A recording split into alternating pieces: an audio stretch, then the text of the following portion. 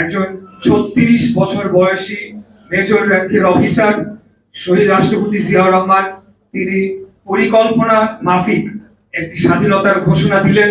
তিনি কালুরঘাট বেতার কেন্দ্র সেটিকে নিয়ন্ত্রণে নিয়েছিলেন।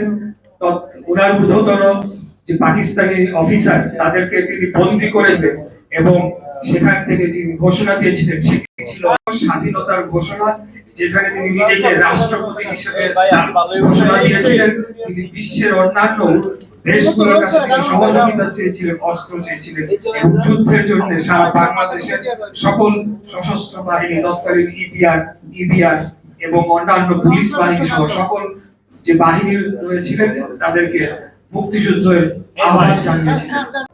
আমাদের এখানে কয়েকটি কথা বলা হয়েছে যে মুক্তিযোদ্ধাদের তালিকা, অবশ্যই মুক্তিযোদ্ধাদের তালিকার বিষয়ে আমরা সকলেই জানি, তবে আমি ভুয়া শব্দটি মুক্তিযোদ্ধাদের আগে আমি এটাকে মনে করি যে তাদের প্রতি অসম্মানজনক বিষয়। এটিকে বলতে হবে অমুক্তিযোদ্ধা।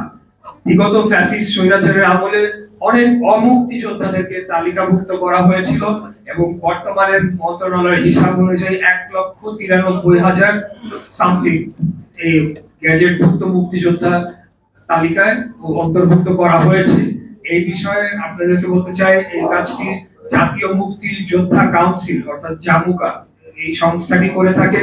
তারা যখন মন্ত্রণালয়ে সুপারিশ পাঠায় তাদের সুপারিশের ভিত্তিতে গ্যাজেটভুক্ত করা হয় অথবা গ্যাজেট বাতিল করা হয়। আমরা মাত্র 30 দিন হলো আমরা সরকার গঠন করেছি।